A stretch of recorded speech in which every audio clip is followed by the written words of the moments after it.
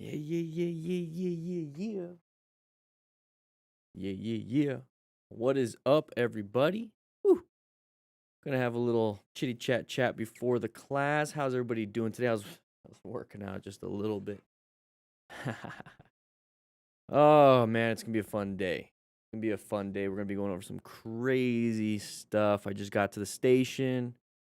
It's the first day of the week, basically, for the classes. Whew. How's everybody doing? How's everybody doing? Can you guys hear me? Can you guys hear me okay?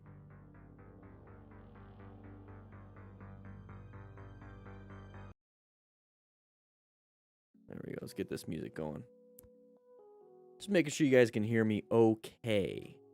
All right. Not too loud, not too crazy. We're going to get some background music going. It's good to see you guys. What's up, Anthony? It's good to see everybody here. It's good to see you.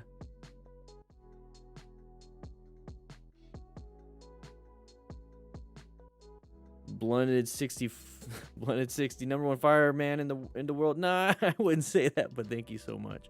Maybe the best beard on a fireman, which you don't really have too many of those. No 10 been pretty good. I see some people saying before the stream started that they've been getting some gear. So Striker, how you doing? Hazel, Kate, how you doing? What's up, Al Bundy?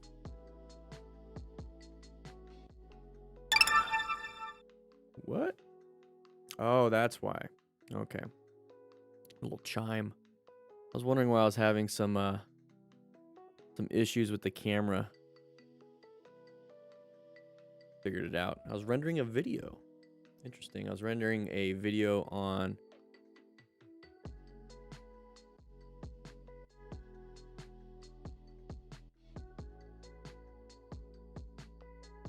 one second.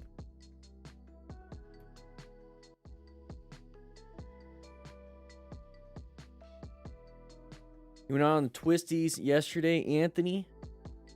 How'd it go? Mate, you hear my voice? Coco, I'm good. How are you doing? Here, let me go ahead and let's go ahead and move this up. There we go. All right, cool. What's up, Jonathan? How you doing? Cleaned it up a little bit. Sorry about that, everybody. Need to buy a new helmet. Getting a little bit too loose and uncomfortable. Oh, okay. You don't want that. You don't want it too loose. Fred, just got a brand new Ninja 400 in Tucson. Fred, we're looking possibly to get some stuff going. Possibly to get some stuff going. Super excited to be able to do that.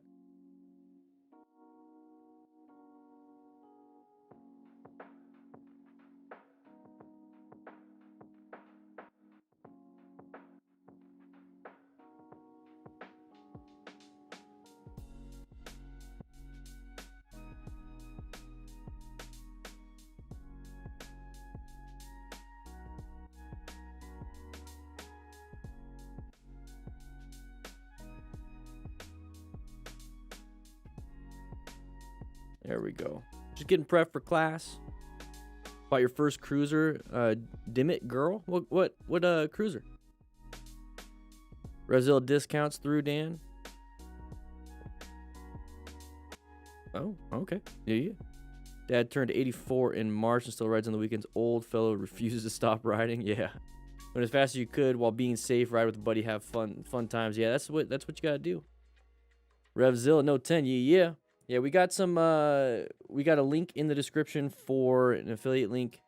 It helps out the channel when you guys use that. They do appreciate it.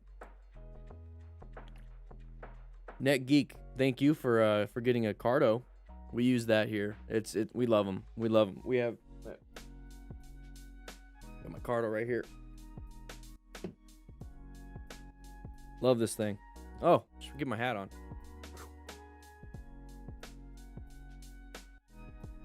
Honda Shadow Saber, good choice. Lord Manu had a long day working in Vienna this week. It's quite funny working in a tunnel when a group of Harleys are passing. Yeah, they have a lot of fun rev bombing. Guys, we're gonna get started around 3 o'clock. So we got about 20 minutes. We're just gonna hang out. We're gonna get some stuff done. We're gonna get some stuff, just kind of discussing some things, you know.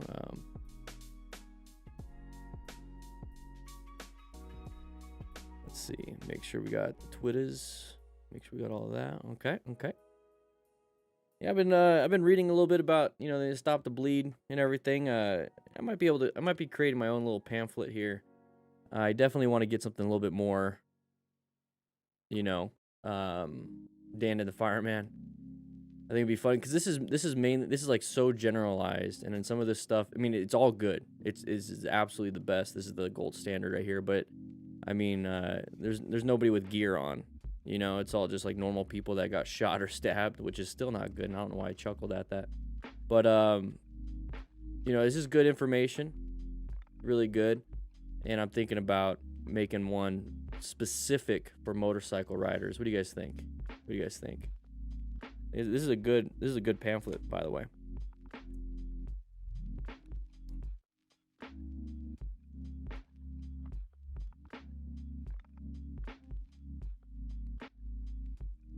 Yeah. Let me go ahead and do something real quick.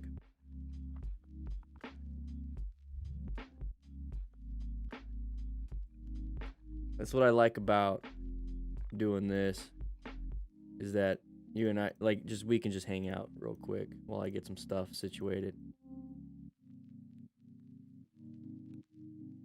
Let me go and do that real quick.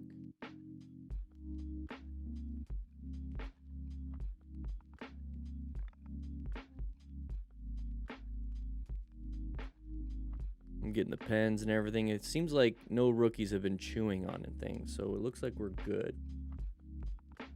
Go ahead and do that. Do that. Do this.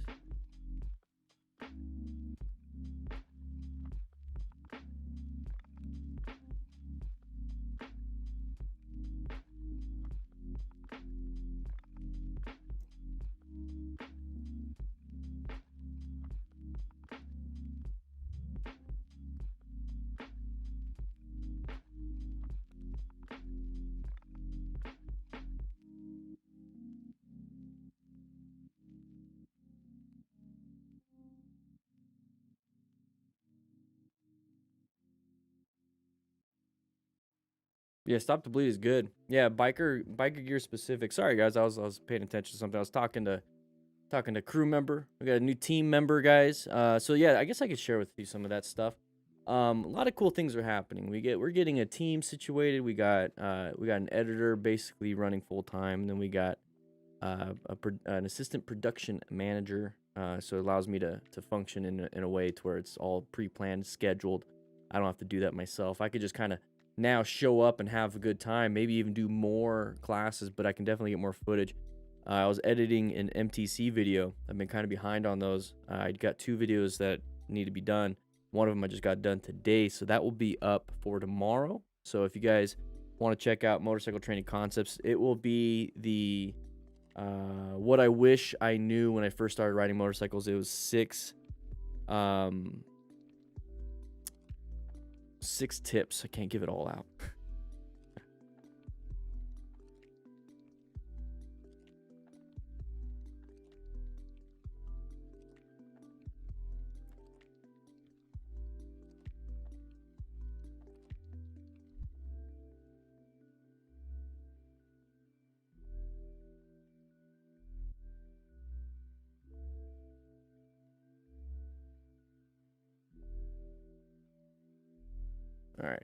All right, I'm good with that. All right, the puppy's good. Puppy's good. She's doing real well. She's having a great time. Irvin, how you doing? The family's good. It's summer break just started, so like there's just been it's been crazy. No 10. Any recommendations for full face intermediate oval helmets in the 500 600 range? Intermediate oval, you're gonna find Shoeies. So an RF 1400, I believe now. They used to be 1200, but the 1400 is pretty good. That's a good helmet. Yeah, that's the last one you're gonna need for like 5 years. Duck ride, first close call in a long time. The other day on the Bergman 650, deer bolted right out in front of me, veered left and got on brakes enough to miss the deer by about a foot. Pupo in my pantalones. Oh, man. Hope we'll have a D-Day from community for Austria, Germany one day. Hey, Lord Manu, I'm hoping. We got a mutt, Joshua. We got a mutt like 7 years ago. Rescue.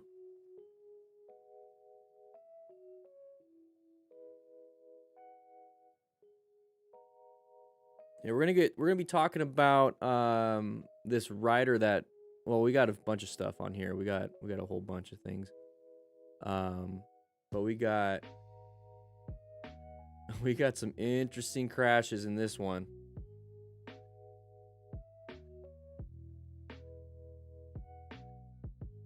We might skip a few because I think I looked at some road rage stuff in there. I just did a quick scan. Not into the road rage stuff.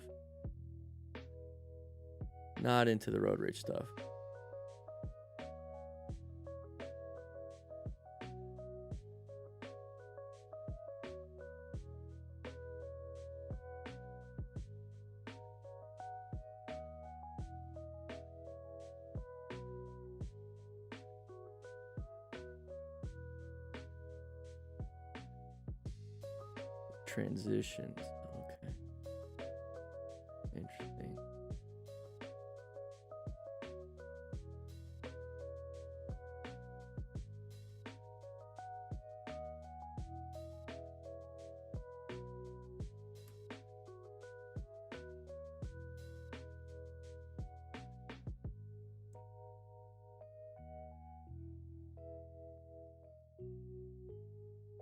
I'm just getting some stuff situated. Don't worry about it, guys.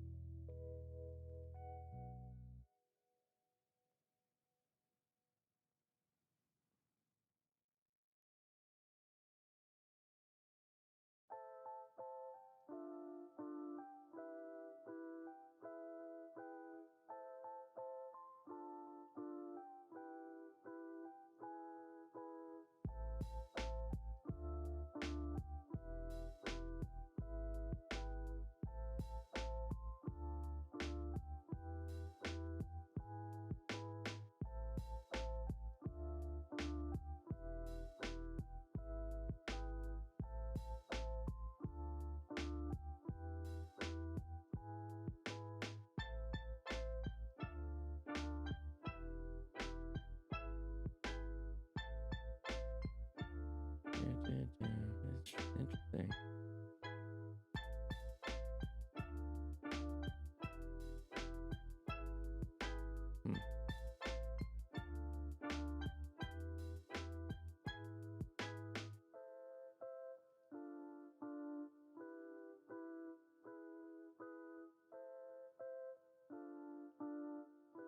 There we go. Nothing, Clay. I'm working on a few things real quick. We're having some technical difficulties. I want to make sure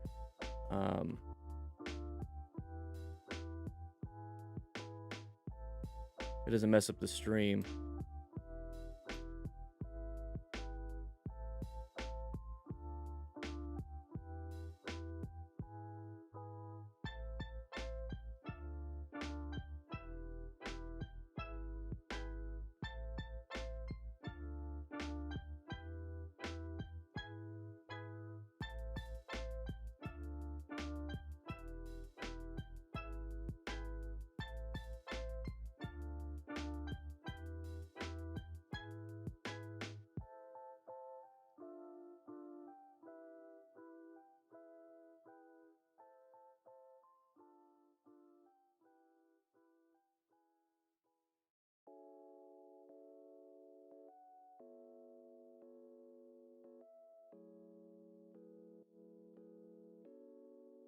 There we go.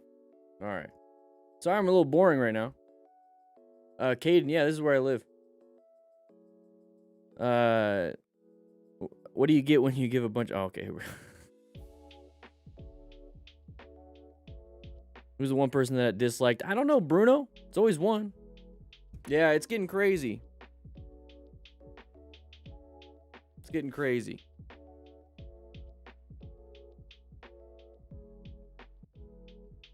We're just going to wait until some people get in. We got about 5 more minutes until I'm going to send you guys to the front lobby.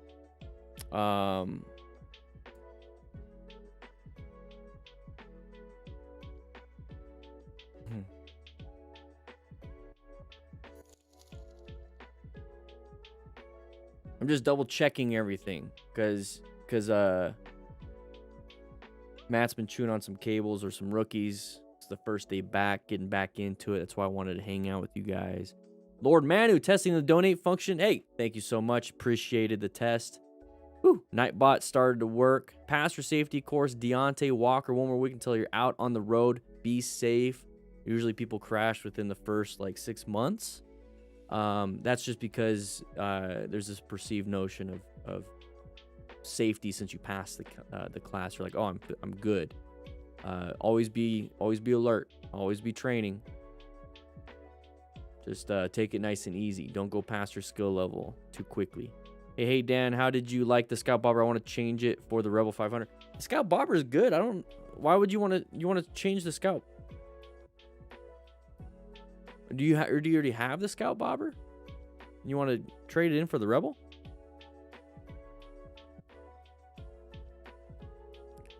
No, they're not for snacking, Anthony. Jeez, how many times do I have to tell you? Didn't panic and handle the situation. Pele, woo! What's up, Cole Kun? How you doing? Yeah, false confidence is a crazy thing, and you don't know it until things happen. You know. Oh, you have the Rebel. You want the Scout Bobber? Oh, yeah. I was gonna say you're kind of going backwards. Well, not necessarily backwards. You can always downsize. The Bobber's amazing. I would switch out the seat. The seat is a little. I feel like I was gonna fall off it a little bit. The little solo seat. It's a powerful bike, dude. You're gonna love it. You're gonna love it. I would probably get a what are they called? What's this? Anyways, I'd just get an aftermarket seat. I'd get an aftermarket seat. Daddy-o. Rebel 11, yeah. So NetGeek, exactly. So what about the Rebel 1100, William? It's basically the same feel and everything as the Rebel 500, but it's 1100cc. Plus you get DCT, so you don't have to worry about shifting if you don't want to.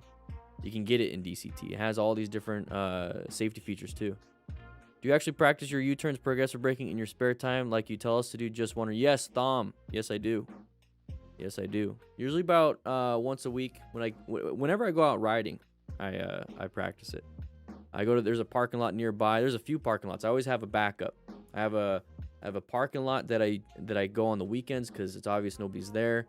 And then there's a dead end portion of the street that I like. So even during the week, I can go there. There's a church nearby, which is usually open, or not open, but it's closed, but the parking lot is open during the week, basically closed on the weekends. Schools can't really go on the weekday, go on the weekend. So you always have backups to backups. So Frinos, your lane positioning advice helped you avoid an accident. Woo! So glad. Yes, but I like how the Scout looks. Yeah, see, there you go. I mean, that's fine. Yeah, that's fine. Same price. You like the Scout look, or do it, dude. Do it. You'll like it. I loved it. I absolutely loved it. You'll love it. No, I don't pop neuters. Bat Yote, can you ride with me? Hey, once we get things start going again. Is my motorcycle my main mode of transportation? It is mine, but I hardly leave the firehouse. We only have one vehicle. We only have one car, and that's my wife's. So if I need to, I take the motorcycle wherever I need to go. But for the most part, I only do it for training and to keep my skills up, and then also for filming. All right, guys, I'm gonna send you all out to the front lobby. Okay, I'm gonna send you to the front lobby because I'm gonna get the class situated. All right. Yeah. What we're gonna be talking about is these 5 hazards on the right side of your screen. We're gonna go over them very briefly because They're very important, but they're kind of common sense. We got a right turn right here, paying attention. What you doing, buddy? Anyways, here we go. Number 1 is oncoming traffic. Now, we don't have to deal with it too much out here with medians or anything like that, but I like to think of anything as a path of travel violation as an oncoming vehicle. Okay, so we got these sides of the vehicles and these right turners or left turners coming up the intersection, which now I'm going into orange stage, so I'm going to roll off the throttle. I'm getting ready to downshift, and I'm going to start doing that, and now I'm going to apply some progressive brake pressure, plan my ride by getting myself in a good position for safety, because I'm still going straight. So either way, oncoming traffic. So if you're out on a road where there's only a centerline stripe and there's no median, one thing you got to watch out for is wind blast, debris getting kicked up at your face, because that hurts, waving at other riders that aren't paying attention, and then oncoming cars, obviously, at intersections like that. And we got, you know, intersections right here. You always got to watch out for oncoming cars, but medians kind of help out with the wind blast and keeping things in a good situation where you're prepped and ready and know when things will come out. But this is a huge danger for motorcyclists, so pay attention to those left turners. That's the biggest one here, all right? Number 2 is, well, here we go, cars waiting to turn. Now, like I said, it's gonna be left turners or right turners or anybody that you see aside of the vehicle. Now, right here, we got a left turner coming up, so I'm gonna get prepped and ready. I'm gonna go and give myself a good space cushion, move to lane position 3, present myself a little bit better so they can see me because of motion. And now that I'm out of here, I'm gonna go back into yellow stage where I'm zoned in to any other hazards. We still got more up ahead. So once again, when you're out riding in town, you need to be paying attention for any of these specific pertinent hazards. If you see the side of the vehicle like that one right there, now they're gonna go out into their, hopefully, the first available lane. There you go. So that's the pattern I want you to be paying attention to, okay? Now, here's the thing when it comes to motorcycles and cars. Car drivers are not as trained when it comes to motorcycle riders. Motorcycle riders have to do classes, especially out of the United States. I got to prepare for this one. But we are also very, very vulnerable, which makes us be hyper alert and makes us want to look and train more than car drivers. Car drivers are very comfy. They enjoy the comforts of it, and they don't really see or need to know the dangers too much because they got seatbelts, airbags, crumple zones, all those things. So they don't really care or know about speed. They don't know about what it is we have to do. So people in cars have a bad judgment of speed. They think they can make these turns in front of us, but they can't. You know, we're closer than they think. You know, they have to pay attention, but they don't. So it's our responsibility to make sure that we are being as safe and smart as possible. So the 5 biggest dangers to motorcyclists on the road, number 3, panic stops. All right, so we're gonna be making sure that we're not doing that. Now, how do we do that? All right, so it's not gonna be like, oh crap, they came out of nowhere and I had to slam the brakes and lay her down. That's not the case, okay? If we're having to slam the brakes at the last second, we got a little poo-poo in our pantalones and went into brown stage, we need to be going into red stage. If you don't know what the color code chart is, we do have a video on that, and make sure you pay attention. It's an older video, we might have to update it. But panic stop. So right now I'm not paying attention, it's a red light coming up ahead. Oh crap! No, you need to pay attention. As a smart rider, you're seeking out and recognizing hazardous situations. And if you notice, I'm not panicking. I'm coming to a nice stop. I'm using the rear brake and engine braking this whole time. So you could utilize that. You don't have to go crazy all of a sudden last second go whoop and slam the brakes, okay? So that's what's getting a lot of people. Now, intersections are pretty easy to see ahead. But when a vehicle comes out at you and they get in front of you like a left turn or right turner, ooh, they might make you a little poo-poo and you get panicked. Now, the thing is, you can see that pattern ahead of time. You can be prepped and ready, go into orange stage. You already get your hands on the brakes, already starting to squeeze, reduce your perception reaction braking distance equal total stopping distance. You can easily do that, okay, if you pay attention. So seek out and recognize those hazardous situations, be a smart rider, and you will have less and less and less panic stops, everybody, okay? Pay attention, all right? Another thing that really gets motorcycle riders that you gotta be paying attention to, it's a big danger, it happens all the time, a lot of new riders, and it could be experienced riders, is gravel or any type of surface hazard, road surface hazard. So you can have paint, you can have water, you can have oil, you can have anything. You notice how I increased my space cushion because I see these turners right here? Okay, big dangers, plan my ride, you know, I'll locate them, adapt to them if I have to. All right. So gravel can be very bad, especially in a turn. So turning requires traction on your tires. Riding right straight takes traction. It doesn't take a whole bunch. It needs traction for turning. It needs traction for acceleration. It needs traction for deceleration. It needs traction, like I said, for turning. So come on, class. We're gonna be get started real soon. We're gonna make our way into the classroom. No tacos today. I am sorry. Seems like the rookies weren't doing their job again. Just out here playing video games. Just go ahead and play video. Yeah, go ahead. We're supposed to get tacos for everybody. Just all right. So we're gonna be talking about some motorcycle crashes and close calls. We like to do the after action review on here. Now remember, we're going to be getting more videos out on motorcycle training concepts. That is the On the Bike Training and Tips channel. Basically, it's what we subscribe here to. You know, we do the DDFM Crew Smart Rider, the MTC Smart Rider principles here. So, you know, this is just our training facility. This is just the training facility. If you want to be a part of the facility, though, if you want to help out and keep things clean, hey, rookies, keep it down. You can go ahead and join and become part of the best damn online motorcycle community in the world. I see a bunch of you in here already. Hey, yeah, go ahead. Go ahead and take a seat. Go ahead and relax. Go ahead and grab a snack from the front office. Just go ahead and grab one. Who cares? You don't have to pay. I know I'll get in trouble with Nikki. But let's go ahead and go into the classroom. Let's go ahead and chitty chat and get started. All right, let's learn some motorcycle safety. Oh, that was pretty quick. That wasn't supposed to do that. Looks like we got some updates. Oh man. Looks like once again, you guys are all screwing it up. All right, let's see what happens. Yep, that's exactly what happened. All right.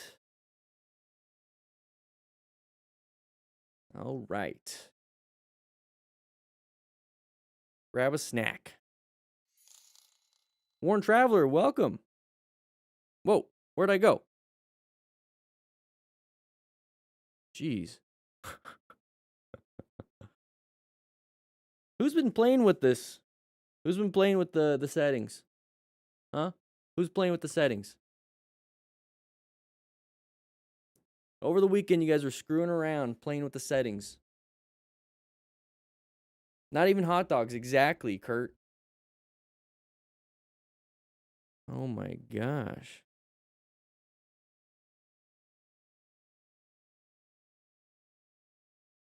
It's embarrassing. All right, guys. We're going to get started real soon. This is what we usually do, everybody. We get about 150, 200 likes, and we're going to go ahead and start talking about this video right here. This is going to be a Motostars video once again. Lots of crashes, lots of fun stuff. That guy's holding on for dear life. And that's the thumbnail right there. So we're going to be going over some of these things. We're going to be talking about why these people crashed, how they crashed, what we could do better. We don't want to do the same stuff. We want to learn from their mistakes using the after action review process. All right? That's what we're trying to do here. All right? That's what we're trying to do here. So if you're brand new to this, make sure you click that like button to sign in.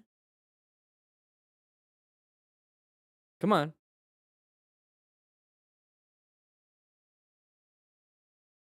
Because we got to get this stuff going. Sign in right there.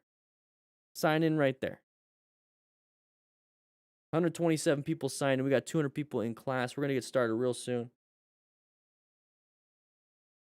So how you doing, Warren? Yeah, Iron C, go ahead and get some smoothies going. Let me get my pen out. Make sure we got the pen. We're going to try to power through a lot of these. I don't want to spend all day on a video. It's typically going to be too much speed.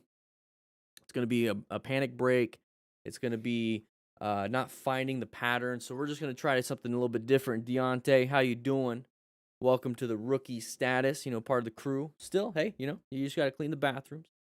What's up, Clay? How you doing? You got to get going? All right, man. I'll see you later. Make sure you sign in. Just ignoring work. Yeah. So we're going to be talking about a few things, but here's the thing. If I'm going to speak less on like, if it's a breaking issue, if it's going to be this type of issue, here's the thing. I want you guys in the chat to be commenting what you think it is. Just go ahead and boom, boom, boom, boom, boom, boom. Just real quick. Just say brakes. Side of the vehicle. Speed. Ego. Stuff like that. What's up, Arai? How you doing? What you doing? All right, I think we're gonna get started. Let's just get started. Excuse me. Here we go. Motostars, some good stuff. Let's see what the first one looks like. All right, so through the eyes of this guy, we've already talked about this guy before. Driver who still tries to change his lane in a risky manner. Okay, he changed his lane in a risky manner. We saw it kind of ahead of time. Look how much room we had. We just had to punch mirrors. Idiot's mirror is perfectly fine. All right, so that's kind of dumb. So we're going to talk real briefly about this. We talk about patterns all the time. Here we go. So right here, we're going through traffic. We're going 80 kilometers per hour, so maybe speed might be a factor here. Who knows? But we've already dealt with through the eyes of this guy. He doesn't like what I do. Ando BMS with the $10. Thank you so much. I appreciate it. But we're going to be going through an intersection now. Remember, orange stage intersections, we should be prepped and ready for anything, especially path of travel. So this is pretty self-explanatory and common sense. So please don't make a lot of these mistakes that this guy's doing. Now, this person over in this lane right here is going to be switching over to our lane. And now, what is the pattern that we typically see with stuff like that? You know, big long line, big open lane. Why would they want to switch? Why would people switch over? It's because that lane is open and they just want to go. Same reason why we do that in motorcycles and cars and stuff. So pattern solved. We should be in orange stage, prepped and ready. Looks like he's got his hand on the front breaker, getting ready to do whatever he needs to do. So he knows what he's supposed to do. He just chooses to take it, so possibly ego with some of this stuff. And there it is. So he switched over. He has his blinker a little bit last second. Okay, we should be slowing down because that person's in the lane, right? Person's in the lane. We should slow down. But we're going to go ahead and evade it. And then we're going to go ahead and punch the mirror because I guess we can. I don't know. It's kind of dumb. But the reason why this person right here was switching lanes to go this way is because this person right here was going slow and they just decided to do this. Okay, that's typical. We saw the pattern. We should not be surprised by these things. We can be upset, but let's just move on with our day. Right, Lord Manu upgraded to the veteran crew status. Woo! Thank you so much. But yeah, so look at the room we had. Look how much room we had. Non-issue. Yeah. And it's just, you know, that's the mentality. It's the mentality that I want to break. All right, moving on with this one. The impatient SUV driver just couldn't wait. Okay, looks like this is sped up a little bit. Yeah, sped up a little bit. Now we're gonna get going. Open lane for us. No, maybe not. Okay, so now we're gonna get going. We're looking left, right, looking right. Yeah, you know, that's not nice of that driver to do that, but you know, they shot their shot. So one thing I do like about J Dave here is that he actually waited and looked. So if you notice, a little bit back here, with this Prius was coming, this one right here, he was thinking about maybe going. No, not this one right here. So it's like, you know, you might be able to make it through this gap right here, but, you know, I'm not going to take that chance. I'm going to look right one more time. It's like, hey, let's be 100% sure. Big open spot. We got another open spot right after this vehicle. Here we go. Now, we've been waiting here for a while, so it seems kind of impatient. Or not impatient, but it seems like this SUV driver that's going to be pulling up is like, hey, you jerk. You know, I was in line, which you should be, right? You're in line. This person should be waiting. But, you know, this is the type of stuff that happens. So make sure you have your 360 situational awareness. If they go, you're going. Not a big deal. I wouldn't worry too much about this. I wouldn't worry too much about that. We'll move on. All right, so buy a car. Here we go. Riding around. Ah, no, let's not do this. Okay, let's not do that. You know, we're just all over the place. This isn't our personal racetrack. Combination of excessive speed ultimately leads to a misunderstanding among the bikers. Okay, excessive speed. Look, everyone's just all over the place. We're freaking out all these other riders. We're going 200 something, not paying attention, death wobbles, and we're going to dump the bike and slide. Now, at 200, let's say kilometers per hour, how far do you think you're going to slide? Pretty much too far. Too far. Hopefully you got gear, and even if you have good gear, hopefully it will withstand the abrasions that's happening. That dude is on the... Oh my gosh. The bikes are destroyed. Hopefully the people aren't. Now, you notice how nobody's moving, though. Let's go back just a little bit. So, right here, 197 kilometers per hour. Yeah, exactly, Steve. Thank you for... Hey, chat. You know, thank you for writing in the comments what's going on here. You know, we're trying to figure out everything that's part of the after-action review process, so good job writing. But if you notice, you know, we're hauling ass going around everybody, so when we talk about, you know, what are the risk factors involved with all these things, what are the things that created the crash, and it's going to be too much speed. Now, can you react at this speed? Probably not. Not very quick. You can maybe switch, lanes, but it's going to take you how many feet to switch a lane, right? At this speed, it's going to take you hundreds of feet to switch lanes. Well, if somebody pulls out right in front of you, you don't have hundreds of feet. That's why you should be going the appropriate speed limit, having a good plan, okay? Position for safety, right? So space cushions, escape routes, line of sight. That's what you're supposed to be paying attention to. So if we're just out here having a great time hauling ass and we're hoping the bike sticks together, you're not really focused on safety, especially if there's no communication. This is why you have a Bluetooth system, so you can communicate with the people around you, so there is no issues here. But you wouldn't be going this fast anyways, okay? So we use Cardo Pack Talks with the DDFM crew, but let me tell you right now, having a Bluetooth system wouldn't have prevented this crash. It would have just hopefully helped to where it could have been a little bit, more communication so that nobody would be crossing each other. I don't know. Maybe it could have prevented. I don't know. It's just these guys are just acting really kind of all over the place. The guy switches lanes in front of this guy. He can't do anything. This is the moment he perceives he's going to react. He can't. There's no braking distance. So it doesn't matter if you're good at your fundamental skills. It doesn't matter if you're good at all these things. If you're going too fast, it's pretty much a wash. Now we're going to hit. Now, thankfully, he stayed up, but here's the problem. He's not going to stay up for long because those death wobbles. He's going to have way too much going back and forth. Can't control the bike. He's going to finally just dump the bike now. When you fall down, you got your shoulder, elbows, head, hip, knees, ankle getting smashed under the bike. Have full gear, right? Have full gear. Being a smart rider, acquire and utilize personal protective equipment. Not very smart to get in the situation in the first place, but at least have gear so that if something bad happens, right, Luke? You might be able to walk away from it. So both of them got demolished. Both of them got really messed up. He's still sliding. Okay, still sliding. Finally came to a rest. And nobody knows what happened. Look how far he slid. Okay, you see the dust way over there? We're talking hundreds of feet sliding across the ground for multiple seconds. And you're going to rip apart your clothes. Then now your skin's what's next. And then your flesh is next. And then maybe bone, but definitely your nerve ending. So have fun with that. Taking a shower. Have fun walking. All for what? So we can go 200 kilometers per hour? Come on, everybody. Come on. Let's not do that. All right, so we're going to be riding around here. The slow juicer on the fast track, taking a left. Lucky. The driver's overtaking a Harry, missing the biker just Good by job. a few inches. Good job turning. Good job turning. Whoa, whoa. How did we not see that? So this is right now attached to his... Okay, so we weren't really doing I don't think we looked. I don't think we looked. I think this camera... This biker was really lucky. I want to know where this camera is attached. Because I have a feeling this camera is attached to the face. Because on the chest mount, it's pretty low. It's pretty low. So if this is attached to the face, then that means we're only looking like right here the whole time. Brian Henry, welcome to the crew.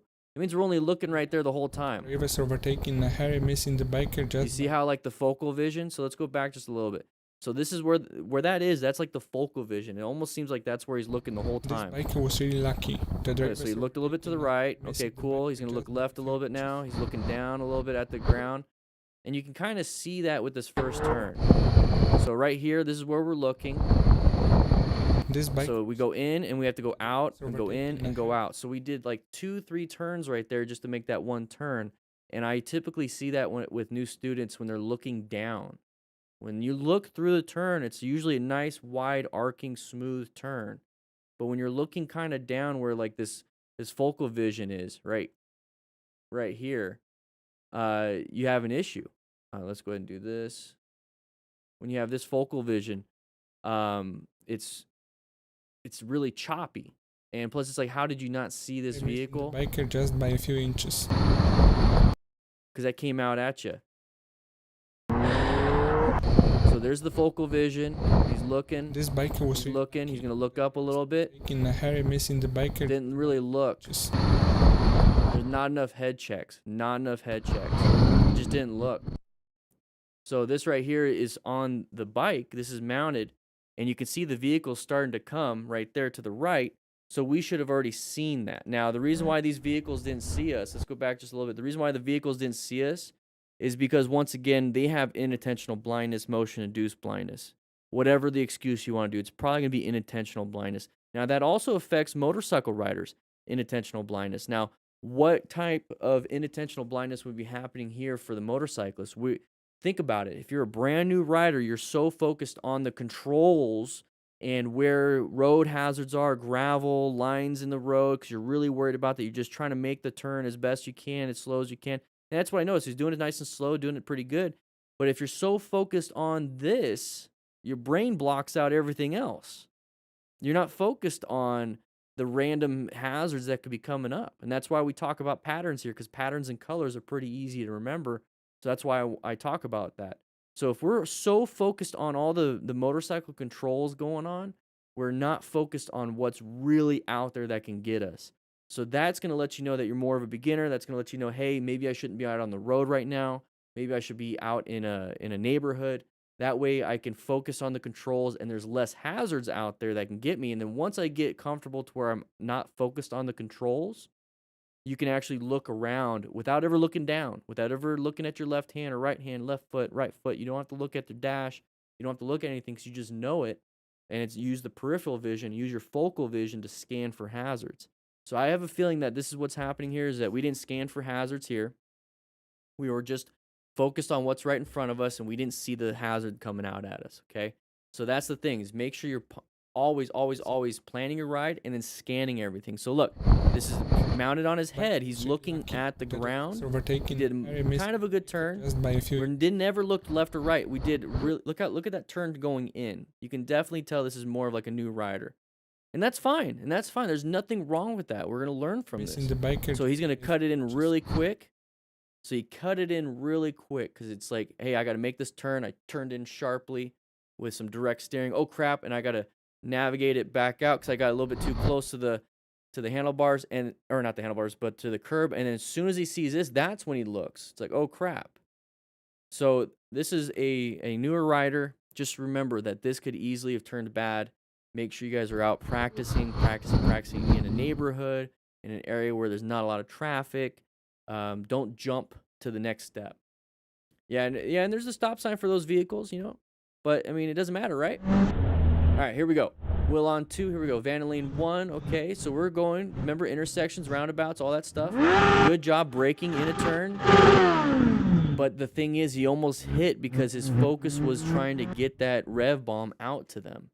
Okay, so right here, what you need to be doing is just get yourself out of that situation. Go into a red stage. He did great. He saw the hazard coming up, so he planned his ride, located the hazard, and now he needs to adapt or navigate. And he just kept going. He did the rev bomb, so that's going to make him get closer and closer and closer, reducing his space cushion, reducing his total stopping distance, and he had to then swerve out of the way. So the rev bomb served zero purpose, right, class? It served zero purpose. So that is a wasted movement, absolutely wasted movement. So let's stop wasting movements and let's just get ourselves out of that situation. Let's swerve, right? So we're going to get up to here. So that's the moment he perceived and reacted. Okay, so perception, reaction, braking equals total stopping distance, but you can utilize that same basic formula for anything. So perception is the moment you perceive something, the moment you see something and you get that information transmitted to your brain. The moment you react, it could be anything. You can rev bomb, you can brake, you can swerve, you can pick your nose, you can, panic, whatever it is. You can do whatever. And then whatever that third portion is going to be, if it's going to be braking, so braking distance. If it's going to be swerving distance. If it's going to be rev bombing, how hard you're going to pull that throttle and clutch in. That's whatever it is, equals something, right? So here's the thing. He's going to do the rev bomb version, which is not going to do anything for you in terms of safety. And what you should be doing is looking for your escape path. Okay, this person's in your way. Now, if you're going slow enough, you could probably stop within this total stopping distance. Let's just go ahead and get this up here. This is your total stopping distance. You might be able to stop in this time. You might, but then you possibly have hazards behind you. So the other option is looking for your escape path, which is going to be a swerve. So this right here is your swerving distance. Okay, so you need to perceive it, react with a swerve, or react with braking. And then you either have braking distance or swerving distance. And then all those together, it's either total stopping distance or total swerving distance. You need to do something. Those are the 2 red stage maneuvers you need to be doing. You can't be doing this, okay? This is not what I recommend. Because look, he almost hits him at the last second because he was just going straight. He was just going straight. And he's like, oh, I'm not going to make it. So then he had to actually do something to get himself out of the way. So just get yourself out of the way in the first place. Doesn't matter. Alright. So we're going to be riding around right here. Same person. The drivers are too relaxed, and it apparently seems that it's difficult for them to adjust to road traffic.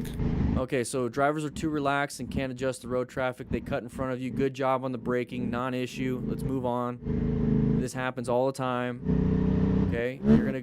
Oh, it happened again. We're in the blind spot. Nobody's paying attention. Let's just. There you go. Just get yourself out of there. Call it a day. Happens all the time. It sucks, but you know, look, motorcyclists just did it too. Motorcyclists just did it to you too. So is it a human problem or is it a car problem? It's a human problem. And the human problem is basically going to say, hey, there's too much information out here when we're driving. Our human bodies and brains and eyes and everything aren't designed to be going this speed. So it takes training. It's not natural. It takes training to go this speed and do it safely. And that's the whole point of the Smart Rider principle, is to seek out and recognize hazardous situations, to maintain your fundamental skills. Those are the 2 things that I think anything and everything you do in life you need to have. You need to be safe, you need to look for dangerous places, and then you need to know the skills to mitigate those things. Now, having proper personal protective equipment, acquire and utilize it, whatever, that could be for a car, it could be for motorcycles, whatever. And the rest of this stuff is just stuff I want to do. I want to rescue other people. I care about every life. Same thing with teaching and mentoring. I think that, keep all this knowledge to myself? No, I want to keep other people safe with this knowledge. So the thing is, lots of people don't get training. Yeah, this is in the UK or in Europe when you guys have M1, M2 and all these different, different tiered systems and you have all this training. Well, it still happens. This is not in America. This is not the United States, and we have the worst training available. I mean, this is going to happen. It's going to happen. So what are we doing as motorcyclists? Are we being safe? Are we doing the stuff we need to do? Do we have the training? If it's a no, if you don't, go take a class. Go practice. Practice. Train. Train like your life depends on it. Because all these other people in cars and other motorcyclists aren't doing it. They're not doing it.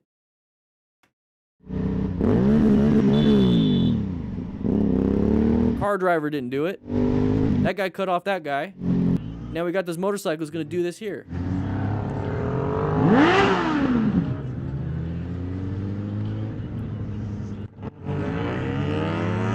Put my thinking cap on.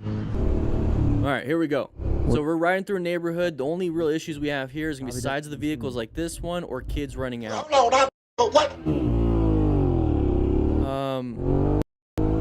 I don't know what that was all about. So there's definitely some context. Now I'm going to teleport right up. Okay, that's not something I would want to do. All right. Talk to your mama's house. So you went out of your way. Yeah, I'm threatening you. Yeah, you went out of your way to do that. Okay, so now you got to watch out for Mustangs. They run over pedestrians all the time. You don't think they won't run you over? All right, so here's the thing. Let's just take a quick look at this. We're not going to spend too much time on this one. Let's just look at all these possible hazards. We have line of sight problems with these vehicles. We can see right here we have a USPS van right here. The side of the vehicle, that's going to let you know that there's going to be an intersection there. It's going to be a T intersection. The USPS vehicle is going that way. Therefore, possible path of travel violation. If you can't see anything over here, they can't see you either. So they're going to make a judgment call based off of what they see. And if they don't see you, guess what? They're probably going to go. So once again, what we need to be doing is going into orange stage. We need to be prepped and ready for any type of hazardous situation that's popping up. And typically with intersections, because they're extremely deadly for motorcycle riders, just like corners, is that you're going to have a path of travel violation, a left turner, or you're going to have somebody just going across like this Mustang. Or, here's the thing, look at where you're at. Orient yourself to the situation. Ride within the conditions present. You're in a neighborhood. What time of day is it? Is it summertime? Is it spring break? Are there kids playing around? You see a basketball or a kickball or volleyball, soccer ball, anything rolling across the ground, a kid's going to chase it. Watch out for animals. Dogs might get loose. Pay attention. Ride within what you're supposed to be doing. Is it 25 in a neighborhood typically? Yeah. So do 25 because that is what you need to be doing in order to stay safe. So we see this right here. Boom. We got side of the vehicle. Now, what do we do in orange stage? We're covering that front brake. We're scanning constantly, looking for things, trying to find our escape routes, trying to locate hazards. Hopefully, we don't have to navigate it because we're planning a ride, position for safety. But we need to do what we need to do. And as soon as you see that vehicle rolling, the tires were rolling. Why are we trying to still gun it to show, hey, I'm going. You got a stop sign. I get to go. It doesn't matter when you T-bone them or you get T-boned. Stop trying to protect it. They won by default. Law of gross tonnage. Hold on. So he did fine with the braking. End of story. Non-issue. He's in a Mustang. Looks like an older model. You're on a motorcycle. Who's having a better day? Right? Let's just get over this. Thing I did. All right, here we go. So watch out for the Drivers in a hurry totally doesn't pay attention to the biker and doesn't keep a safe distance. Okay, I was gonna say watch out for the brakes in the concrete on these big overpasses. Sometimes they're like really bumpy. Hey, little Schmeat car got in your way. Non-issue. Non-issue. Is this California? I don't know, maybe. People do some crazy stuff. We lane filter or you lane filter. It's not California. It's different country altogether. Well, California is basically its own country. Got in there, non-issue. At this point, there's nothing you can do about it. You didn't see him coming up. He didn't hit you. Just kind of chalk it up to, oh crap, that's crazy. That can actually happen. Thankfully, nothing bad happened. Pretty crappy. This is Portugal? Okay, Portugal's, yeah. All right. So pretty crazy that this could happen. Not too worried about it. It doesn't bother me too much. I have had it happen to me in the United States. Somebody will just kind of pull up. I've had it happen a couple times, and to me, it's like, okay, now you put me in a lane filtering position. Well, my back end's pretty much protected now, so to me, it's not a big deal. I look at the positive on that. Just get yourself out of there. Just get yourself out of there. Non-issue, exactly. Just go on with your day. Go on with your day. Get you blowy. The man was pissed off because he thought I was in his way shortly after I switched the GoPro on. Yeah. Are they snobs? Alright, so is this just angry people? Alright, we're gonna skip the angry people. Just don't interact. Just don't interact with others that are in a negative mood. You're not gonna win. You have to put yourself to their level. And then everyone just keeps getting lower and lower and lower until it escalates into, or de-escalates into a fight, I guess, if we go low. Just leave it. All right, so here we go. All right, so why did that happen, everybody? Class, why do you think it happened? Write in the comments. Why did that vehicle switch into our lane? It's pretty easy now. It's like, should they switch into that lane? Let's take a quick look. Just look at that right there. Just look at that image. Why would that vehicle right here switch over to this lane? I want you to burn this into your head. Burn this image into your head. Please do so. I see you guys already saying you guys are so freaking smart. I absolutely love it. Open lane, gap in lane, open lane. Woo! Ken, Heavy Harris, Steve, Scott, stacked on the left, Nicholas, exactly. Love it. And that's the thing. So if you're out driving or riding and you see this image where you have multiple vehicles kind of stacked up, and then this vehicle right here is going a little bit faster than everything, and then look at this big wide open lane. If you were this person, what would you want to do? You're stuck right behind this dum-dum going slow. It's like, oh, all right, let's just go. And you try to make it. Now, you guys are all smart riders. You have some good training. You know this stuff happens. And you know that motorcyclists, just like in this situation, almost gets, sideswiped. So what you guys do, if you're in that vehicle, you do a head check, right? You check your blind spots, right? I know you guys do. So you check your blind spots. Nobody's there. Then you go. But here's the thing. We have the training. The crew has the training. The smart rider principles over here at Motorcycle Training Concepts. This person probably doesn't have that. So they're just going to go. That's the problem. That's the problem. So since we have the training, we're the motorcyclists, and we see this hazard. We see it. We are cautious. We are in orange staged. We are prepped and ready. That's the thing. We can't trust these people to do it. We can trust ourselves because we have the training. Rev bombing's not going to help you in that situation. Getting yourself out of that situation is better. All right, here we go. So we're riding around. Watch out for any path of travel violations out here in neighborhoods. This biker sees everything almost. Got a crest of a hill. Can't see around the hill. Biker. So, but we're doing good. Okay, side of the vehicle. Uncommon thing in a common situation. Good job on the brake and get yourself out of the danger area of the road. Did a great job. Oh, no. It's a vehicle. It's a motorcyclist that T-boned. So what do? We rescue another rider with our Smart Rider kit, or our rescue kit. It's on motorcycletrainingconcepts.com. Hopefully we're going to get some more in stock real soon.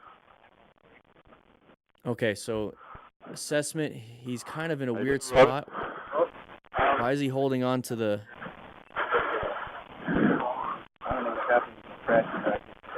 We got somebody on the way, right? Someone's on the way, right? Yeah, somebody was calling 911. Yeah. You see how everyone's just kind of looking around? I think it was like pulling a U-turn on the wide. Went right into the side. U-turn went wide. Yeah. To the toes? Yeah. It's good news. Yeah, I wasn't going over 40.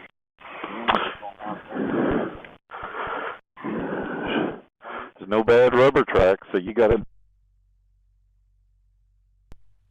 So the big concern with this one would be any type of internal injuries, but he seems to be doing okay. I'm wondering why he's holding on to the side mirror. It could just be because he started doing it and he's not thinking about his hand. Oh. And his hand is just literally just doing it. All right, put side stand up. There you go. So this is where you have to... Roll this way.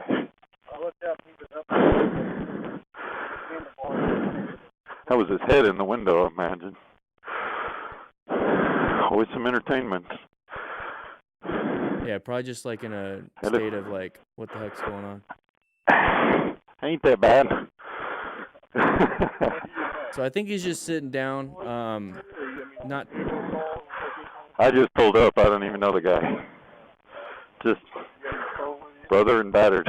Nobody's really doing an assessment. And he could just be saying, I'm okay. So let's just do a quick assessment. This one seems like he's a walking wounded. There's not much that's going on. But let's take a look at the scene itself. Okay, so what we have here is definitely a path of travel violation. And I say that, but it's basically this SUV pulled out. He hit him. Now, he said the dude was doing or the woman or whoever the driver is, was doing a U-turn. So they probably did like this really wide arcing U-turn.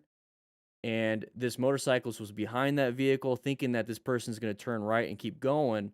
And they decided to pass and then boom, collided right here, which is going to be off into the left side. Okay, so this is where the collision happened. It happened on the left. Okay, so I have a feeling he tried to swerve around because he's not riding on this side of the road. He's riding on this side of the road. So you know he tried to do something. Now, hopefully he wasn't going too fast because guess what? Riding within the conditions present, this is a neighborhood, so hopefully it's only about 25. So he did something. He tried to do something. So we're going to get up to here. So he's going to get off his own bike, got himself out of harm's way. That is the biggest thing here. So you have to ensure your own safety, okay? Rescue another rider, RESQ. So rescue is going to be remain calm. So you got to remain calm. Get ready to call 911. Maybe direct somebody to call 911. E for rescue is ensure your own safety. Make sure that you're not in harm's way. Look for hazards. Look for traffic. Put on some personal protective equipment. Make sure you have everything. We have that in our rescue kits right here, okay? So that's what he's doing. He did a great job. He's moving around. Now I would do a quick look behind me because, you know, I don't know if any vehicles are coming. I would do a quick look behind me. Looks like he's kind of doing that anyways. Okay, good. Now we got to kind of do an assessment while we're walking up, and that's what we're doing. We're kind of getting a good look. So when we look at mechanism of injury on this one, we see that it's a T-bone within the driver's side door. It's right into it. So I'm kind of concerned about compartment intrusion for the vehicle, or I mean for the driver of the vehicle. Hopefully it's not too bad. And what that means is that it kind of got pushed in. It could be pushing in on the hip. We pushing on the knees. It doesn't look like it's too bad. Some really bad ones though. Whew, that force transmitted into the body can easily fracture rib cages and puncture some internal organs. So it doesn't look like that. I see the rider on the ground. He's kind of looking around. He has his hand up. So I know he's conscious. I don't know if he's fully aware. Don't know if he's only verbal, painful, but he at least is somewhat conscious. So that tells me he's got an airway at least right now. It means he is breathing and there is a circulation thing going on. So he's not bleeding out yet. I don't know. But I know that there is those three things moving. So far, good sign just walking up to here. We're walking up there. He's moving. He's talking. Very good. Nobody's running around like a chicken with their head cut off, like freaking out. Hey, call 911. Usually when you see that, something bad's kind of happening or they're just panicking. Doesn't look like anybody's panicking, so this is a good sign. Now, with this image, I'm concerned that there could be any crush injuries. So let's go ahead and do a quick look. I'm not concerned about the bike. How you doing, brother? Oh, I don't know. My back was kind of weird. So I like the fact that he remained calm. He said, "Hey, what's up, man? What's up, brother?" And then he's like, I think he said something about his back hurting. So that's not a good sign. Okay, so he's in a good position right now. He's in a good position right now. I don't know what's happening to the crash. We got somebody on the way, right?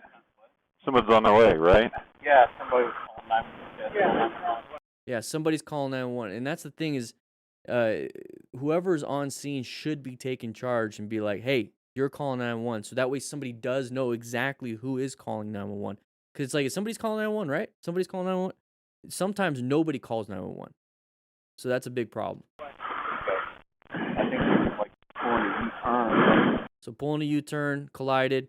Looks like there's a lot of the damage on the vehicle on the bottom. So it could have been, and that might be a fender cut.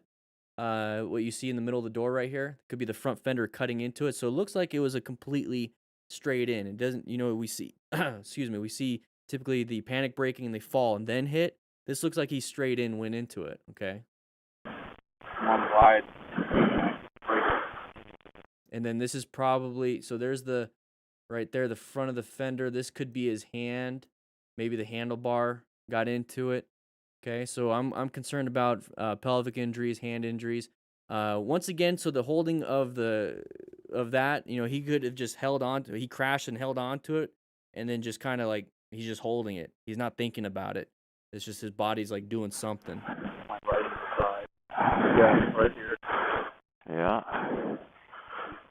So right here, he's doing a good assessment. He's just talking. So airway's open and everything. What I'd be asking next is basically what you should be doing is just saying, hey, do you feel any pain anywhere? Do you have pain in your legs? Do you have pain in your left leg? You be specific. Do you have pain in your right leg? Do you have pain in your left arm?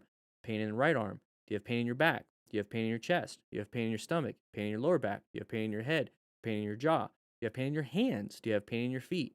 You go down that process because you could say, do you have any pain? They're like, nah, not really, but they do have back pain. They don't want to say anything. But if you're very specific, you're able to say something. Yeah, the driver's in the car. I think they're calling 911. Yeah. It's good news. Now, another thing is you want to keep an eye out, and if there's no pain or anything, sometimes you can be bleeding a lot and there would be no pain. So especially with jeans like this, if you start to see any discoloration, I mean, you guys know what wet jeans look like. Okay, so right here, this isn't wet.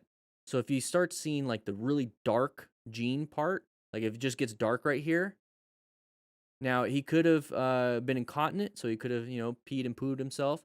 That's not the medical term. Defecated or urinated on himself. But it could also be blood. It could have been blood, so you got to be careful with that. I'm not too concerned about the motorcycle. It's not going to blow up, guys. Don't worry about that.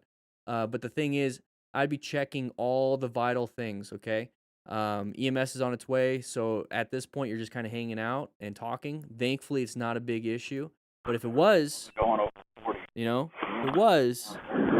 it could have been a lot worse. So you see some discoloration right here. Now, this could just be from the road or shadow. We don't know exactly. But you got to do these checks, guys. You got to do these checks because last thing you want to do as soon as EMS shows up and our guy is starting to pass out and you're like, what the heck? I was just talking to him. It's because he had a big bleed going on, and you could have prevented that. So you do want to do a check. There's nothing wrong with it. You ask for permission, especially if they're conscious, and you let them know, hey, I'm just going to do a quick check. If that's cool with you, yeah, sure. All right, cool. And you do it. Simple. But it looks like nothing crazy. So you got to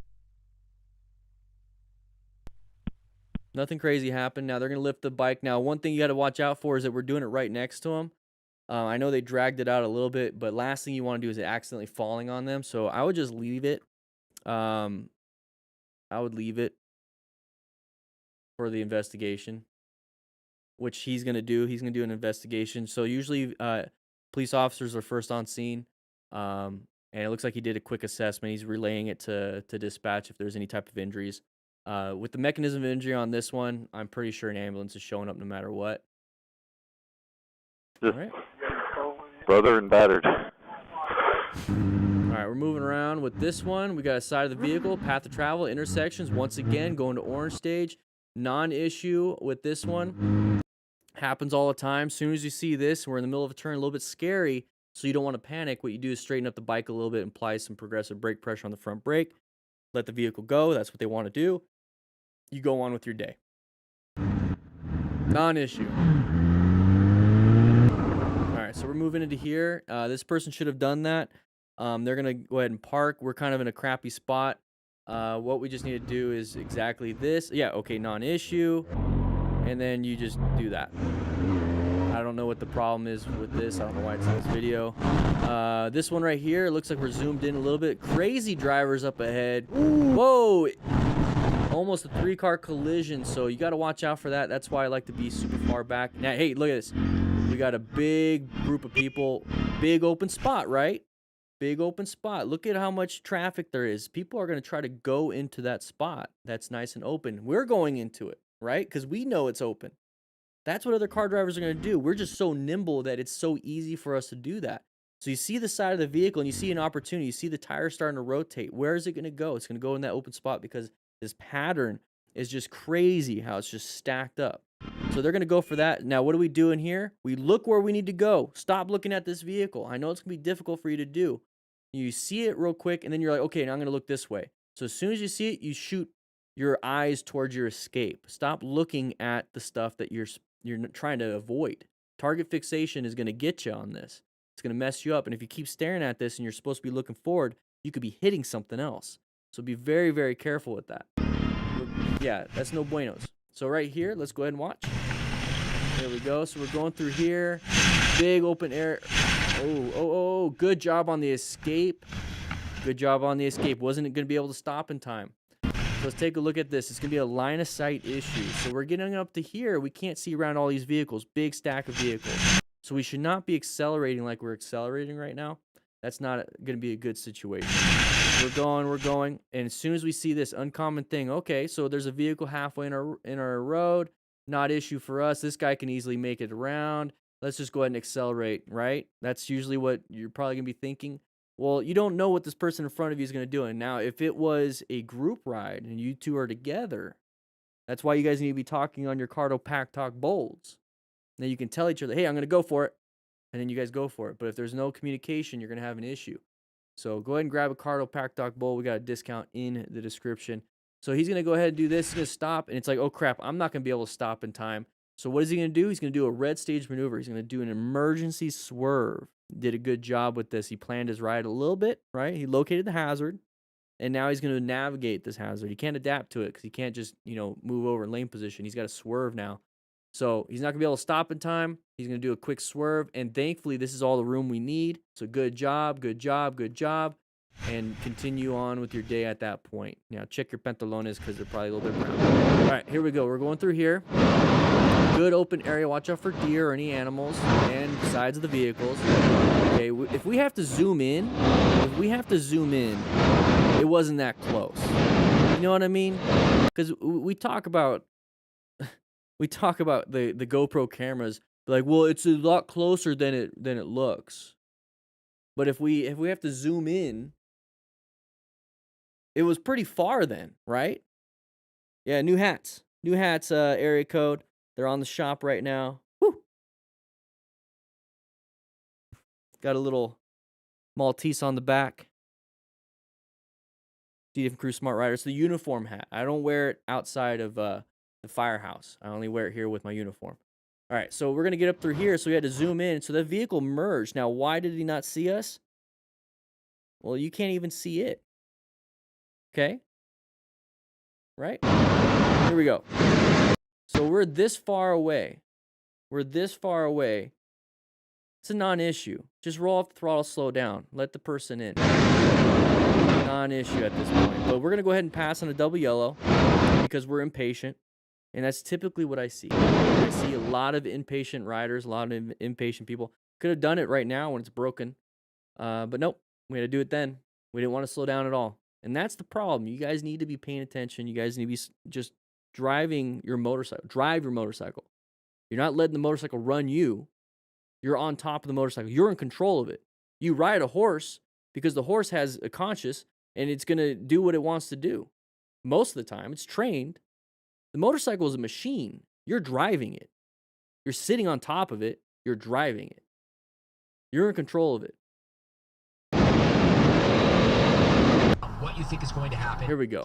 Motorcycle crash. Whoa, one sec. What does it say? One sec. What does it say? Motorcycle crash in Pinellas Park, the intersection of Mainlands Boulevard and US 19. All right, here we go. Games. Track your results. Oh no. Is it going to be a path of travel? Absolute blast. Oh. So he hit the ground. Hit the most threes. He hit the ground first. Why did he hit the ground first before hitting? We got another rider hopefully rescuing. Not a lot of gear. Not a lot of gear. Thankfully, he's not super hurt. So lucky. Now, why did the bike fall down first before striking the vehicle? Results throughout the evening. It's an absolute blast. The bike was already on the ground. Oh, there's another bike right there, the red one. Does he hit? No. So why did that bike hit the ground first? Panic braking. Everybody in class, you guys are so smart. Panic braking.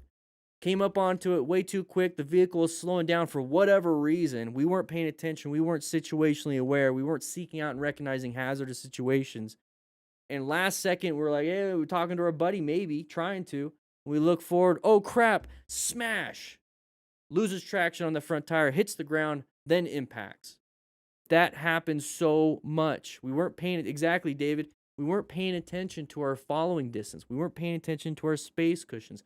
We weren't positioning for safety. We weren't putting ourselves so we have the best line of sight. We weren't looking for escape routes. We weren't looking and maintaining our space cushion. We didn't locate any hazards. We couldn't adapt in time. We couldn't navigate in time. We did not plan our ride. That's what happened. And then when it comes to the smart rider principles, maintain your fundamental skills, we weren't when was the last time we practiced our emergency braking? When was the last time you practiced your emergency braking? Come on, class. When was the last time you guys actually went to a parking lot and practiced your swerves and practiced your emergency braking? Not just normal braking, but emergency braking. When was the last time? When was the last time you did that? Because this right here is why we're practicing. This right here, we're training like our life depends on it. This right here is why we are practicing our emergency braking. Because stuff like this happens. I want you to take this seriously. Games. Got to be paying attention too. We're focusing on the situational awareness right now. Why did that person do that? We don't know. But we need to be able to find an escape route. We need to be able to brake in time. We need to be able to see these patterns. We need to be able to do this stuff, or that's going to be us on the ground.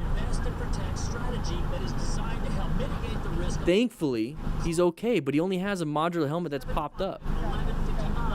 There's road rash. There definitely is. Just because it doesn't look like he's in pain, there is. He's going to feel it. He's going to feel it soon. All right, here we go. We're over here. Slow R1 rider. He's usually in here. Whoa, whoa, whoa, whoa, whoa, whoa, whoa. What are you trying to do, buddy?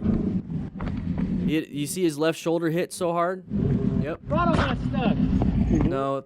You good? The throttle got stuck. Usually the throttle got stuck. Oh. All right, let him just say it. We all know what happened. I don't think the throttle got stuck. And if the throttle got stuck, it's because we haven't been doing our maintenance on our motorcycle. Thanks for watching. I'm telling you guys this. I've taken my Harley Sportster off-road, dumped it in the dirt, and barely washed it here and there. I've never had like dirt or grime or bad stuff happen to my throttle where it got stuck. So, I mean, I don't know what we're doing here. Now, we're all kind of going through here. Let's see when it actually happens.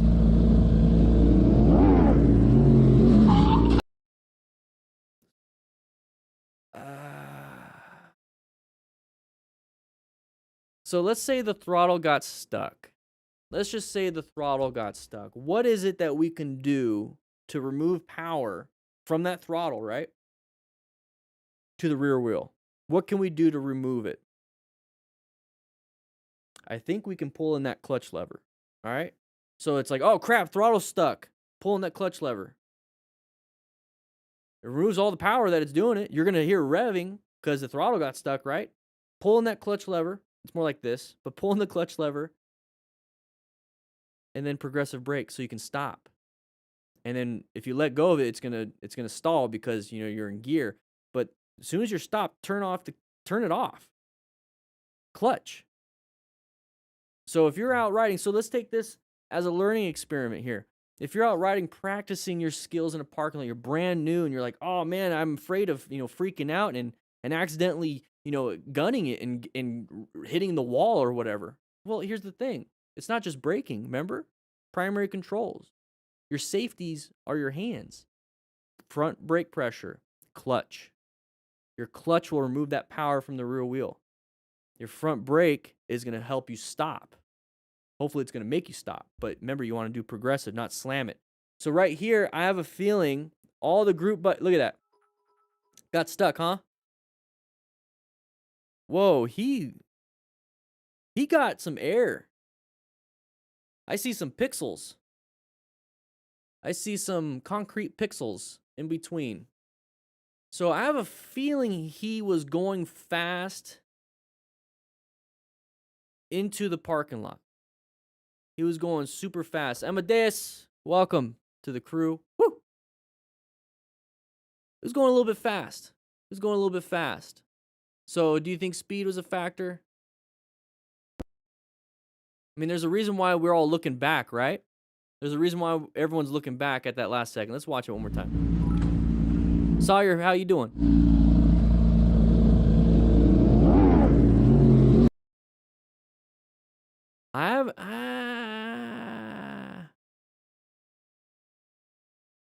He got a little bit of air. Going a little too fast. But right here, why did it fall down? Because we slammed that front brake. So, overall bad situation. So the moment we hit, which by the way, everybody, we're going to be announcing the giveaway winners for May for the $800 Resil gift cards to Thursday. So there's that hit. Wear full gear. No bueno situation at all. How do we rescue the rider just in case he needs to be rescued? Grab yourself a rescue card and a rescue kit on motorcycletrainingconcepts.com. You good? You good? The throttle got stuck. What you do? The throttle got stuck. Oh. And this is why we need to be making sure that we maintain our vehicles. Good, bro. Are you good? The throttle got stuck. Grab that side. Ready? 1, 2, 3. Thanks for watching till the end. I hope you've enjoyed it. Whew. It's a no bueno situations. No buenos. I don't like how it ends. I don't like it. I don't want you guys dealing with this stuff. I don't want you guys dealing with this stuff. We might no, I think we're good. I think we're good. Nathan, we're gonna have a shorter video just because of these. Maybe we'll get some out of this. Not a big deal. Not a big deal. I think we got enough, right? Heg world. We got enough. Whew. So it's gonna be an easy early day, everybody. I just want to say thank you, everybody. We're gonna head into my office. We're gonna have a nice little chitty chat. Come over to the office and let's hang out. Woo! We're already here. Seems like all the transitions have been screwed up. So let's just get right into it.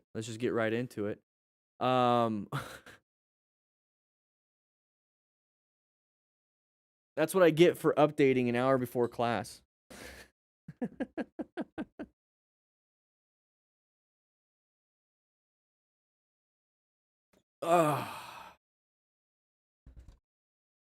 Interesting day. first week basically for summer school or summer break, not school, summer break.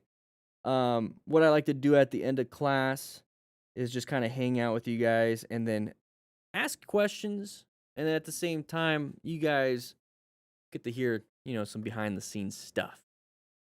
So what we're doing here on this channel is we're trying to make sure that we are keeping our riders safe and then also improving the lives and keeping the community safe that we're in. So that's why we're doing the Smart Rider principles, okay? So rescue another rider, teaching a mentor, and that's how you give back, right? Seeking out and recognizing maintain your fundamental skills, and then acquiring personal protective equipment is how you keep yourself safe. So I want this full package. I want you guys to be keeping yourself safe, and at the same time, I want you to be able to help out the community, because that's how we're going to get the laws that we want passed. If you want lane filtering, we got to be good citizens. If you want, better training, if you want more people out there, and you want a good crew to ride with, you got to create your own. We're at the point where you have to create your own stuff. So teaching and mentoring the next generation, maybe teaching and mentoring the current generation, is really going to get you out of there. It's going to get you to where you're going to have some good friends, good people to ride with, and really enjoy this. It's super hard to find that. We are doing some user submitted videos. So guys, if you want to submit your own videos, we're going to be hopefully getting to a point where we don't use Motostars. So I want to be able to review your parking lot practice. I want to review your close calls. I want to review all that stuff. Hey, Dan, when are you going to let us Patreon peeps know when to switch over memberships? Iron C, when it pops up. I appreciate you being a patron.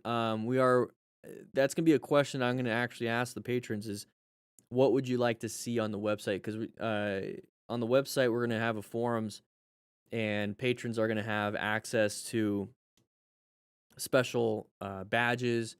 It's not patrons, but members on the website are going to have special badges, possibly gear discounts, possible, this, and this. I'm just trying to figure out what it is you guys would like to have. I think it'd be really cool to be able to offer something that you would want to stay year round, other than just gear giveaway. So we got the gear giveaway no matter what. So yeah, Gator, it's not as fun. Patreon is just, it's like they don't even try anymore. Patreon. There's nothing I could do. So I moved everything over to the website, and I could do more there. I could definitely do more there. So I'm just trying to figure out what it is you guys want. So I need advice on slippery boots. My Alpine Stars aren't the best in rain, but I can't afford any other at this time. It's a tough one. I mean, outside of putting some grip tape on the bottom of your feet, what's wrong with the slippery? Are they just, the soles aren't there? They're just not, are they worn down? Silly question, but should your gear down when coming to a stop at a red light stop sign? Yeah, so if you're like in fourth gear, you want to gear down to, if you're at a stop, you want to gear down to first or neutral. So you want to progressively downshift, based off of the RPMs that you're currently at. So if you're going 40, I'm just going to throw out numbers. If you're going 40, you're in fourth gear. Okay, cool. You get down to 30, you should be in third gear. 20, second gear. When you're stopped, be in first gear. John, yeah, welcome to the crew, baby. Woo! But you want to do that. You want to downshift. You don't want to get all the way to the stop and then hold in the clutch and then downshift all of them. You got to get used to it. Yeah, newbie, we're going to have forums. We're working on it.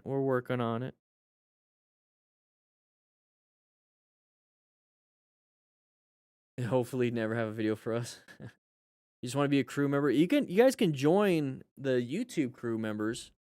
We got 8 new crew members today already, so thank you so much, by the way. Brand new crew members.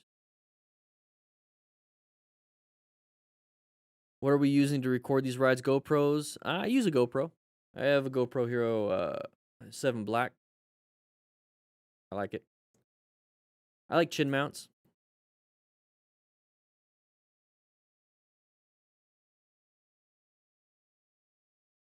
Yeah, no problem, Ken. DC, you like the daily chats? Yeah, I've been wanting to, and that's another thing is like once we get more stuff out there, I'll be able to give more discounts. Right now, there's not a lot out there, and I figure that's what everybody wants. But here's the thing, everybody. When it comes to Patreon or memberships, you guys are are completely supporting the training that we're doing. Okay, so you're supporting what we're trying to get accomplished. It allows me to bring people onto the team that have the same mentality, the same drive to make this something that we all want to be a part of. Okay, so when you support, it's extremely helpful, extremely helpful. So anything helps, any donation, any of that stuff. But I also at the same time want you guys to be able to get something. I want you guys to be able to get something for what you're doing. So we're looking into getting some, maybe Guardian Bells, maybe getting a special patch for members that sign up. Stuff like that. We're looking into getting that. We're looking into getting that stuff. Maybe like a sticker pack that goes out. But the thing is, the more we send out, think about it. Like you get a bunch of stuff. It's like, well, I don't want anything. I just want to support what you guys are doing. And that's kind of what we're getting at. But that's the main point of getting more kits out. We're getting more kits so that you guys can get more stuff. I'm going to make my own little pamphlet. So I just want to make sure you guys know that we're working on that. We're working on that.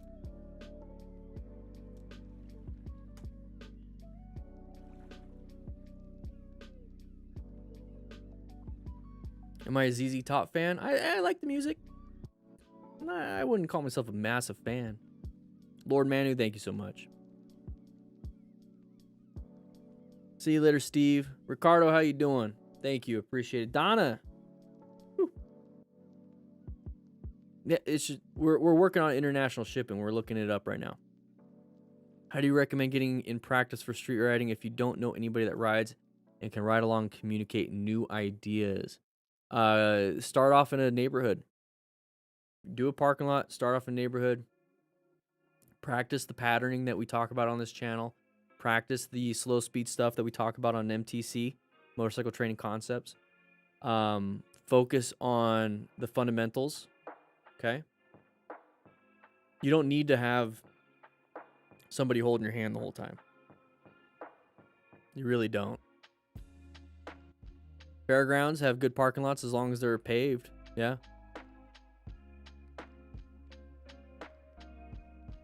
What type of scissors do I need in my kit? I'm looking in Amazon but can't buy in USA. You're going to want to get at least 7.5 inch trauma shears. 7.5 inch. Now, you don't want to get these baby ones. You see the difference? There's like little itty bitty baby ones. So you want to get the 7.5 inch at least. So, and that's... Ah! I just spilt my Mountain Dew.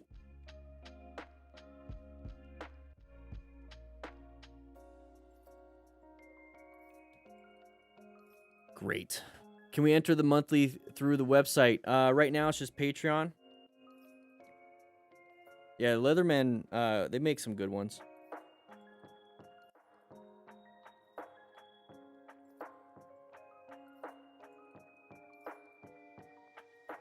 Do down.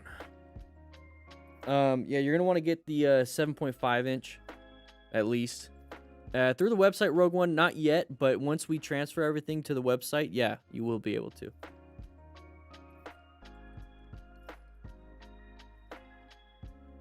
Got a little bit on there. Yeah, our kits come with trauma shears.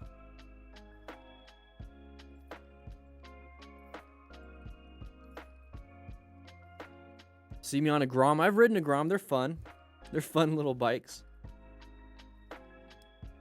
You had your first crash. Been watching ever since. The best. Keep on. Hey, too thorough for the Boro. Appreciate it.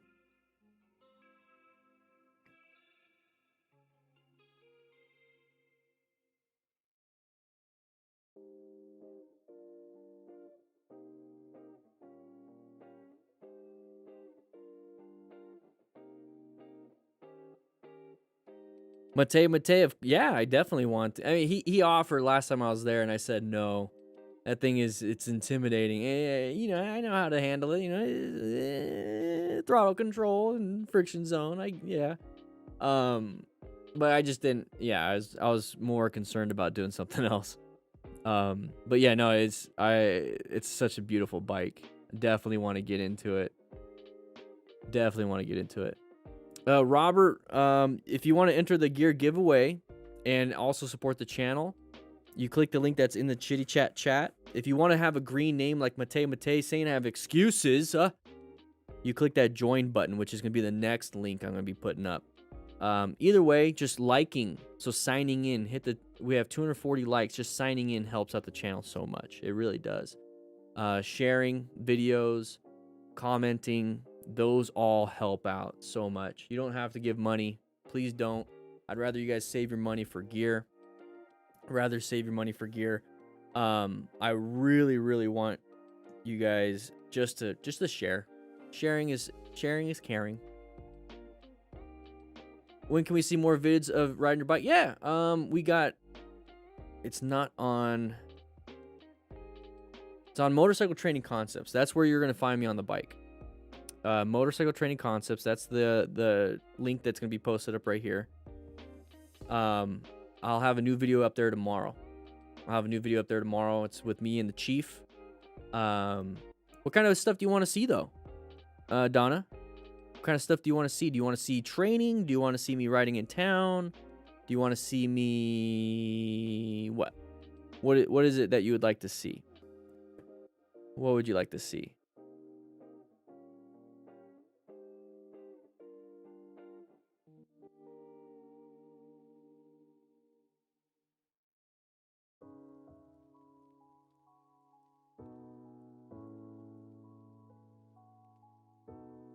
Round town? Popping nooners? I don't do wheelies. Planning on commuting in Greater Boston, Cambridge, navigating heavy traffic in the city might be a helpful topic. Well, I have a few of those, David, where I do what I'm talking about on live streams, but in real time while I'm riding. I'm pointing out things. I'm constantly positioning myself. I'm talking about why I'm positioning myself, for line of sight. Hey, we're going up to an intersection. I'm going to roll off the throttle a little bit, get ready for the front brake. I actually have a lot of that on Motorcycle Training Concepts. It's called Ride Along with DanDanTheFireman, raw DDFM. If you want me to do some more, I definitely can do some more. Let me know if you guys like those. I used to do them on this channel, but people didn't like them, so I created a second channel. I know it isn't standard, but the shears I'm finding are around $100. Whoa, $100? No, you can get trauma shears. Go on Amazon. Trauma shears. They should be like $15 for a good pair. 15 to 25 for a good pair. $100. Whoa. What kind of? You don't need to get anything crazy.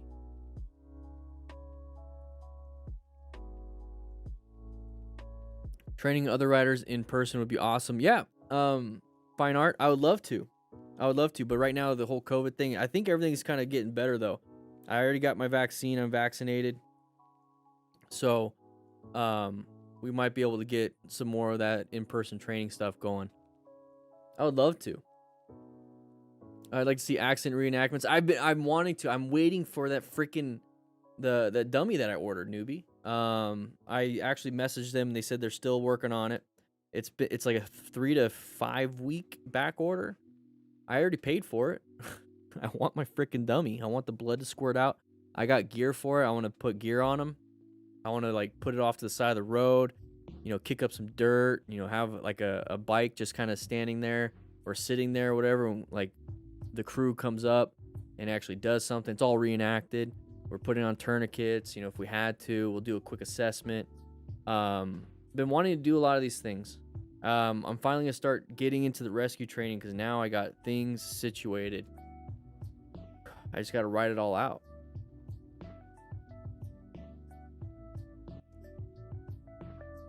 See you later, Alexander. Minja. All right.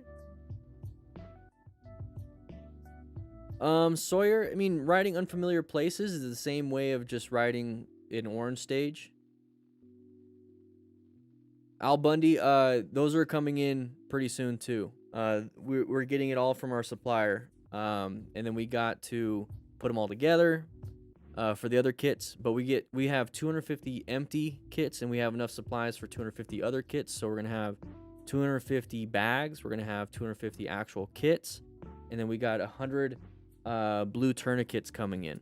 So we're gonna have some trainer kits. We're gonna have some trainer tourniquets on the shop, and if those things sell out, I'm gonna create enough for 500. I'm gonna have to hire somebody to put them together. It's a pain in the ass.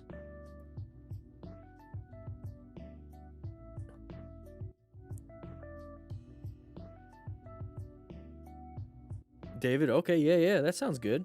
Yeah, we did stuff like that also, like all the time. We always did reenactments for EMS, always. So I mean, I have experience in doing that.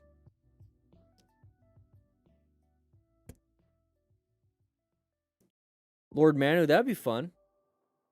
We usually had a we started a camp out. We had our first annual camp out in 2019, and we were gonna do it again for 2020. COVID hit, and then still can't do it. It's a summer camp out on Mount Lemon. It's so nice up there, but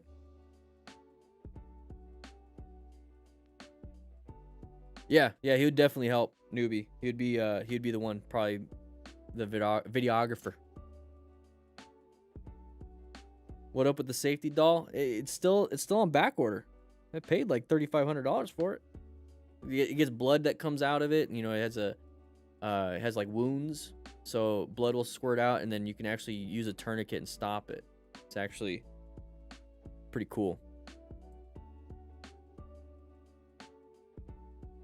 Yeah, Ando, I got a 2019 Indian FTR 1200S. It's a great bike.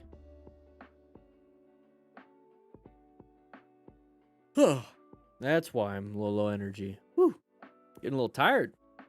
It's been a long day, guys. I was all energized when we first started.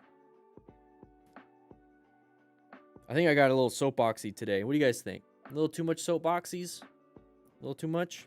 I don't know. Sometimes it has to happen. I think that's the problem. I try to make it to where, like, I'm not telling anybody that they're doing something wrong, and then I do that for so long, and then I finally just kind of get fed up. I'm like, you know what? Screw it. You're screwing around. You're not doing what you're supposed to be doing. Come on now. You know what I mean?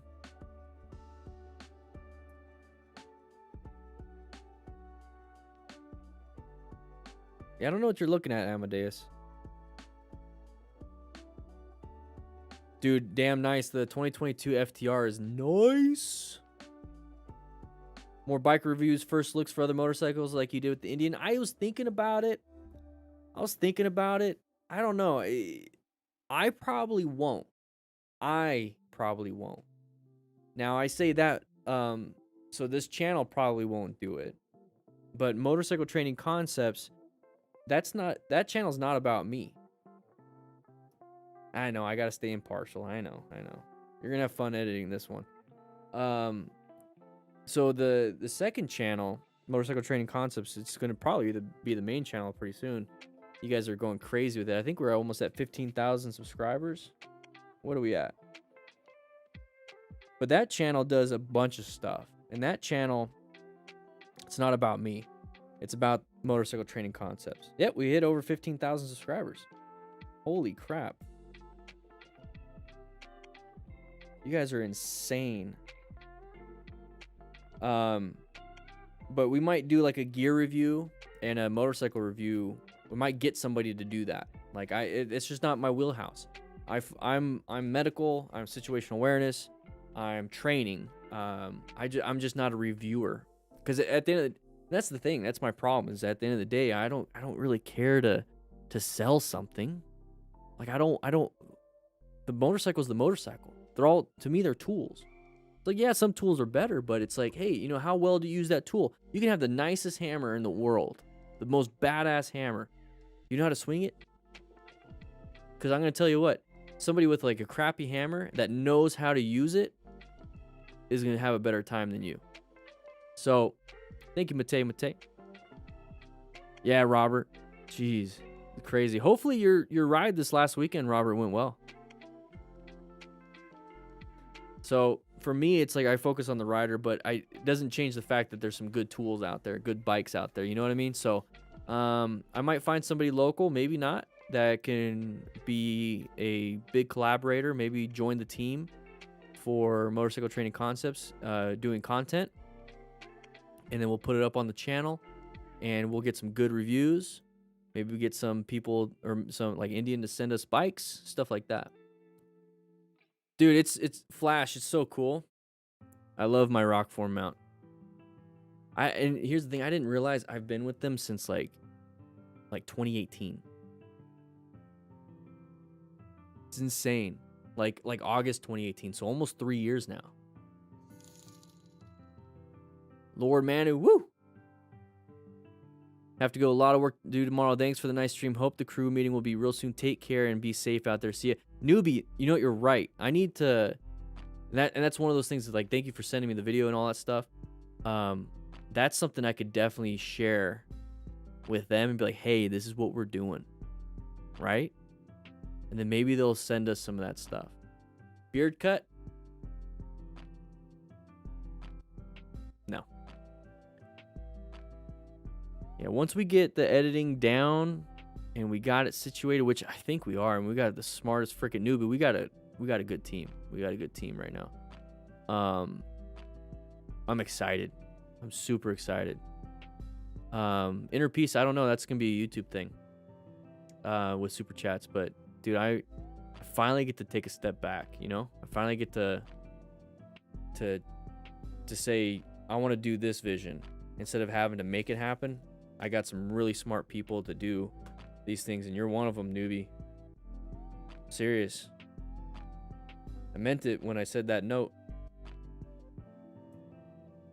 Surround myself with some good people. Get some good stuff done. Save some lives. That's all I care about. Would Motorcycle Training Concepts ever show the tests for Canada and UK? We don't have tests. We don't have any tests. Would it help out? Like, everything that we teach on Motorcycle Training Concepts in here is based off the Smart Rider principles. So whatever you decide to do, if you maintain those fundamental skills and you're always looking out for bad situations, you should be good. And we do have training on that channel to do tight turns, U-turns, figure eights, friction zones, slow straight line. We do have how to ride in traffic. We have all that on that channel, and we're getting more and more and more. We're also got tips coming in too. We got a tip video coming tomorrow. So I'm pretty excited about that. But guys, I'm gonna get going. I got some other stuff I gotta get going. I gotta get stuff done. I got some meetings and everything. I gotta get back to the house. I'm here at the firehouse. But go ahead and swing by the Discord. The Discord is absolutely free. Discord is absolutely free. This is the Discord.